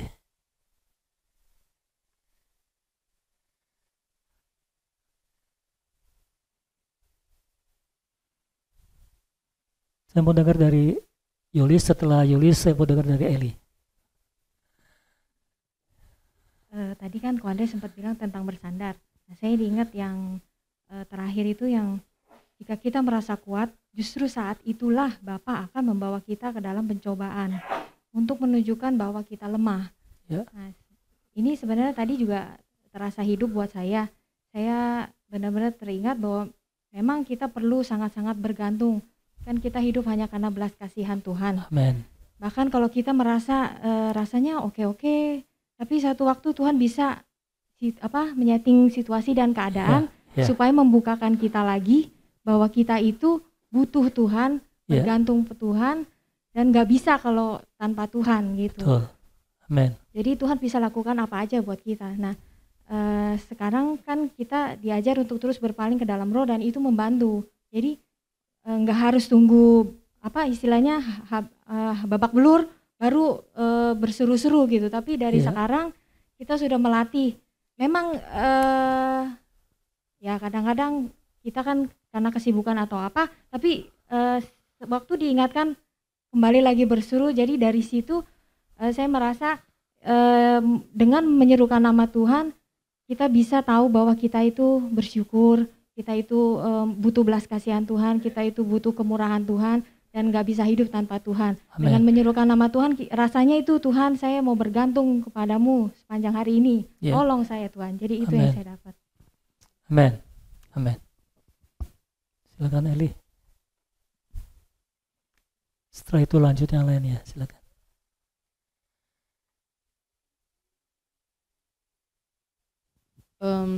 Udah disampaikan.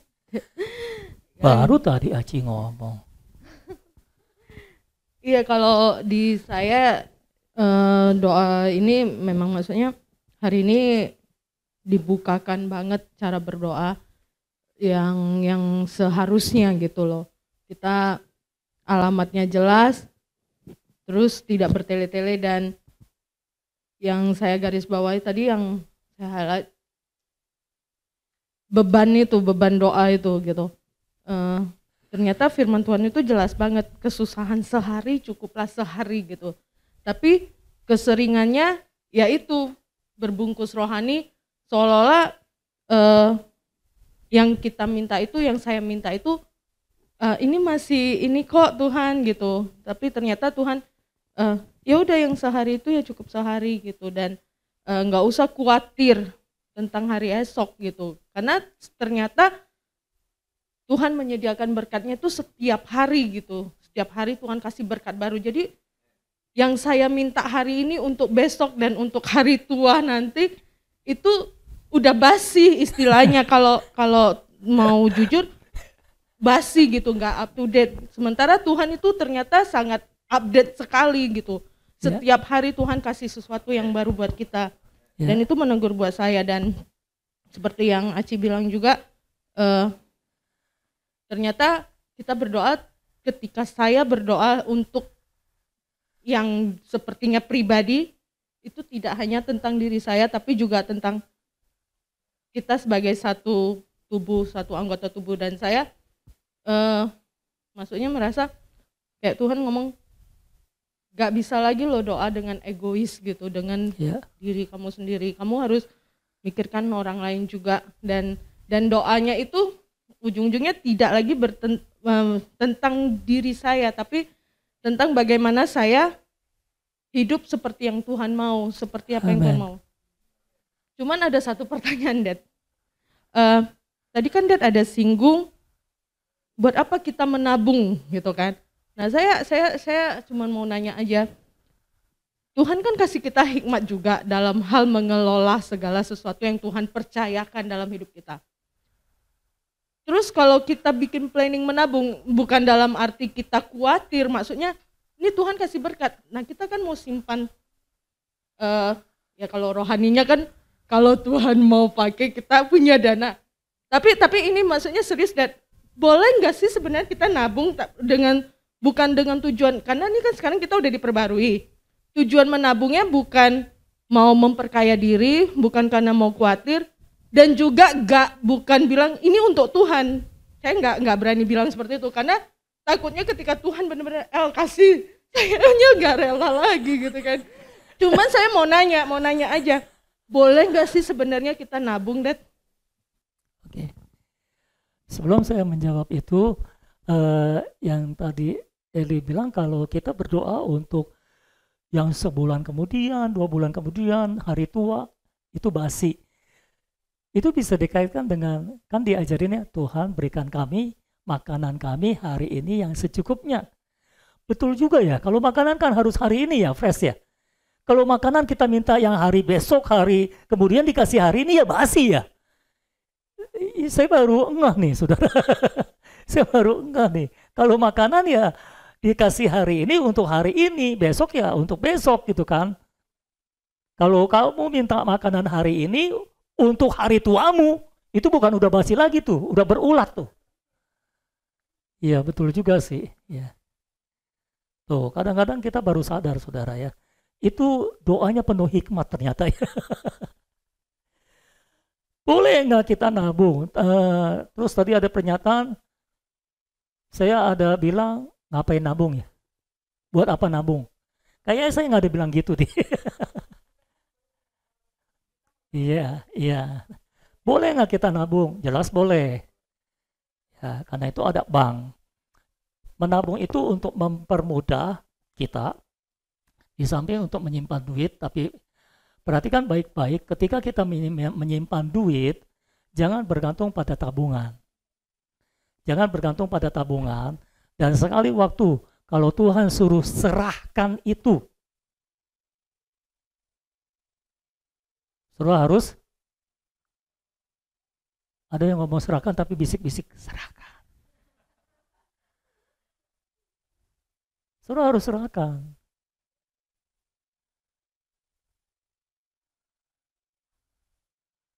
Waktu saya jadi gembala di tempat ini, lalu istri saya berhenti kerja, dapat pesangon yang lumayan, kami tabung deposito. Pikiran saya adalah lumayan, bunganya bisa membantu kebutuhan sehari-hari. Karena waktu itu dari gereja saya cuma dapat 500.000 sebulan, saudara-saudara. Tapi sekali waktu Tuhan suruh berikan kepada pendeta itu tuh. Karena dia mau sewa tempat buat tempat ibadah. Berikan. Berikan enggak saudara? Berikan. Habis tabungannya. Maksudnya apa? Supaya saya tidak bersandar pada tabungan. Gitu. Saudara mungkin belum mengalami.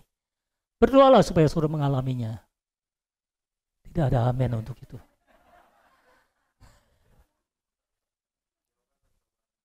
Oh iya, Tuhan, doanya yang lebih tepat adalah Tuhan tolong jauhkan kami dari pencobaan ini. Haleluya. Jadi doa juga harus tepat saudara. Contohnya doa yang tidak tepat adalah kalau doa itu tidak mematikan keakuan kita, itu doa yang tidak tepat. Seharusnya orang Kristen semakin banyak berdoa, semakin mati keakuannya. Kalau orang Kristen makin banyak berdoa, makin egois, there is something wrong with a prayer. Ada sesuatu yang salah di dalam doa itu. Dia tidak berdoa secara benar. Seharusnya semakin kita berdoa, semakin hilang egoisnya kita. Semakin kita tidak egois. Artinya unsur Allah semakin bertambah. Kalau unsur Allah semakin bertambah, unsur aku semakin berkurang. Kalau orang makin banyak berdoa, makin egois. Saya bertanya-tanya, ini doanya ngapain gitu loh? Apa yang diserap? Kok jadi makin egois? Kok jadi makin akunya nambah? Harusnya kan doa menyerap Allah. Kalau menyerap Allah, unsur Allah bertambah, unsur aku berkurang. Logikanya seperti itu. Jadi semakin kita berdoa, semakin kita makan firman, seharusnya kita semakin kehilangan ego kita. Semakin kita tidak egois. Kalau saudara makin banyak berdoa, makin egois, saudara harus pertanyakan doa saudara. Ada sesuatu yang salah di sana. Jelas ya? Jadi boleh nggak nabung? Silakan menabung. Tapi kalau Tuhan bilang, serahkan semuanya. Saudara harus rela nggak?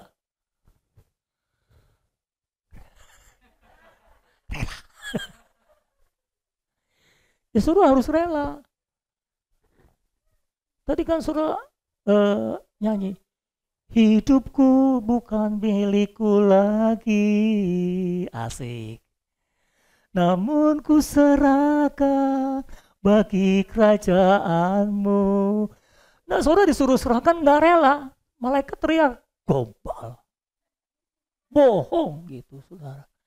Nyanyi yang benar dong gitu kan.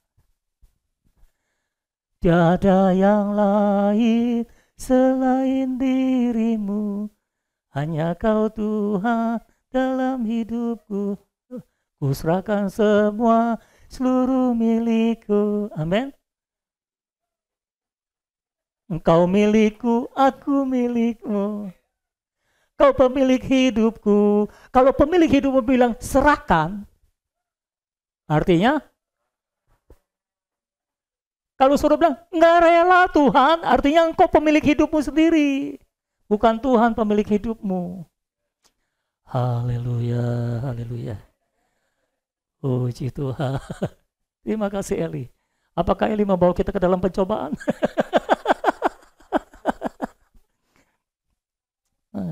Makanya perlu ngomong dia kan. Jadi saudara harus seperti itu, namanya saudara cinta Tuhan. Jangan cuma ngomong cinta Tuhan, berserah kepada Tuhan, hidup demi iman. Semua itu cuma wacana gitu loh saudara, cuma teori. Tapi nggak ada prakteknya. Tapi kita harus menjadi umat kerajaan yang tepat. Amin. Makin berdoa, kita akan semakin mati. Allah akan semakin bertambah dan aku semakin mati. Silakan kalau ada yang lain. Haleluya, yang ingin menambahkan. Silakan Budi. Haleluya. Masih ada mic, ada yang mau ngambil lagi? Ya, saya mau tanya mengenai doa yang berpusat kepada Allah dan kerajaannya. Itu kalau diperluas dalam doa keseharian seperti apa contohnya? Apakah yang berkaitan sama ekonomi Allah atau gimana? Itu aja.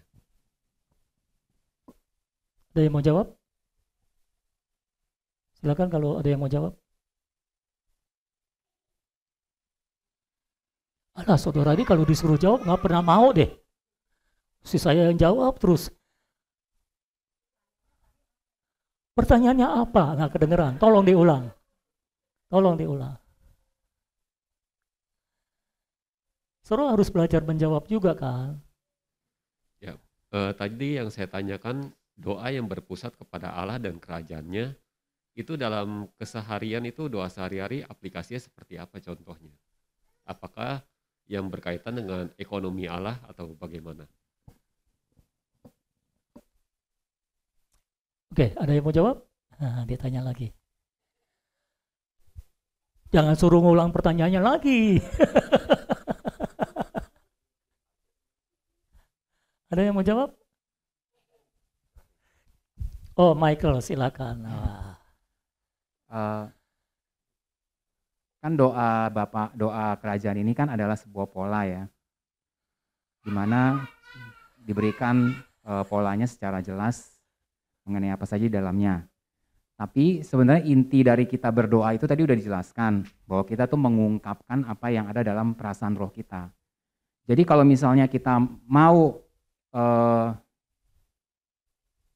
mempraktekkan doa kerajaan ini, ya kita harus latihan mengungkapkan apa yang perasaan roh di dalam kita itu dan kita ungkapkan begitu. Jadi kalau kita melakukan itu pasti akan doanya tuh doa kerajaan. Jadi kita jangan terjebak dengan metode atau apa sih yang mesti didoakan, tetapi kita harus fokus pada esensinya, yaitu doa adalah mengungkapkan apa yang kita rasakan di dalam roh. Dan juga kita menyerap Tuhan, lalu kita mengekspresikan Tuhan. Jadi kalau kita melakukan dua hal itu, menyerap Tuhan dan mengekspresikan Tuhan, pasti doanya doa kerajaan. Amin. Apakah itu menjawab? Mantap. Pendeta. Ya, jadi prinsip dasarnya seperti itu. Kalau kita doa mengikuti roh, pasti dibawanya dalam doa kerajaan. Makin menyerap Allah, akunya makin mati. Ya kan? Kan tujuannya akunya mati, supaya kita bisa melaksanakan kehidupan kerajaan yang tepat. Tujuannya tercapai. Dan hidup kita semakin tertuju pada kerajaannya. Jadi tujuannya tercapai. Tujuan doa kerajaan. Oke, silakan Berni. Ya, tadi ada di dalam doa, jangan membawa kami dalam pencobaan, melainkan lepaskan kami dari yang jahat. Bagaimana, apa kita masih boleh nyanyi lagu Ujilah Aku Tuhan, Cobalah Aku Tuhan? Ada yang mau jawab? Terima kasih.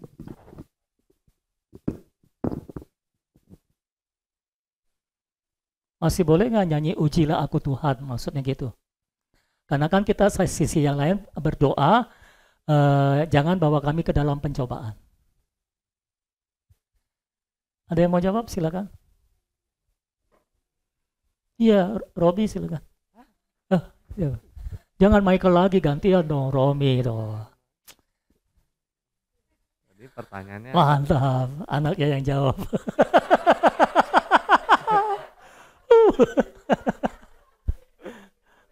Terima kasih Michael. Oh, ya kalau yang kita mengungkapkan Ujilah Aku Tuhan itu sebenarnya supaya kita itu, bahwa kita tuh datang kepada Tuhan dengan hati yang terbuka, kosong dan terbuka gitu. Nggak ada yang kita sembunyikan dari Tuhan, dan kita minta terang Tuhan untuk menerangi setiap sisi kehidupan kita yang mungkin kita sendiri nggak sadari gitu, bahwa itu tidak berkenan di hadapan Tuhan gitu.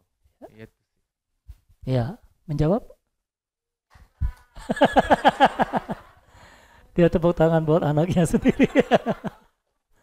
Ya, jadi konteks berdoa, ujilah aku Tuhan, cobalah aku Tuhan, selidiki batinku dan hatiku. Itu kita minta diterangi oleh Tuhan.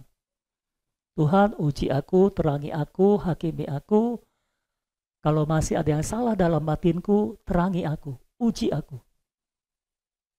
Itu justru menunjukkan kita datang dengan hati yang terbuka di hadapan Tuhan, minta diuji, minta diselidiki, minta diterangi. Jadi nggak ada hubungannya dengan pencobaan. Jelas ya? Mantap, nggak sia-sia.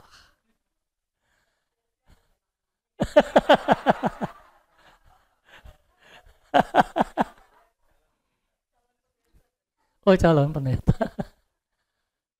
Ada lagi yang lain?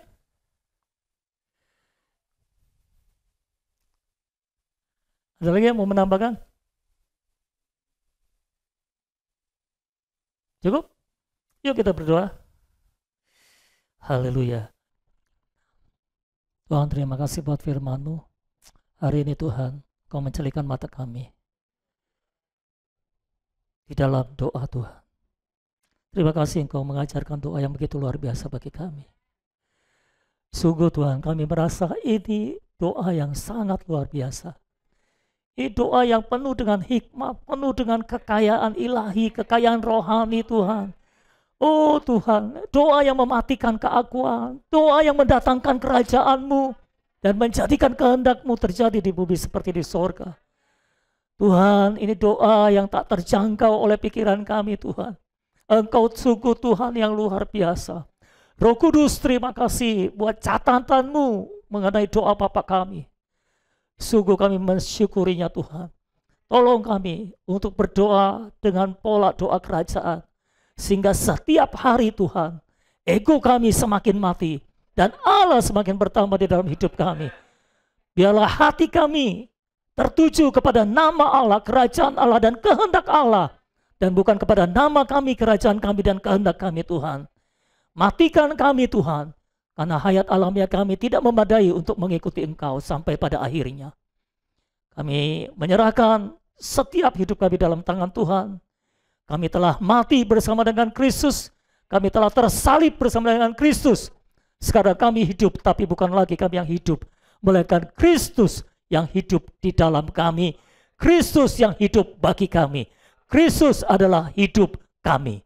Terima kasih Tuhan. Terpujilah nama Tuhan untuk selama-lamanya. Dalam nama Tuhan Yesus yang penuh dengan kuasa, kerajaan dan kemuliaan itu. Kami berdoa dan mengucapkan syukur. Dan semua kita sama-sama berkata, amin. Puji Tuhan, haleluya. Terpujilah nama Tuhan. Tuhan berkati saudara sampai minggu depan.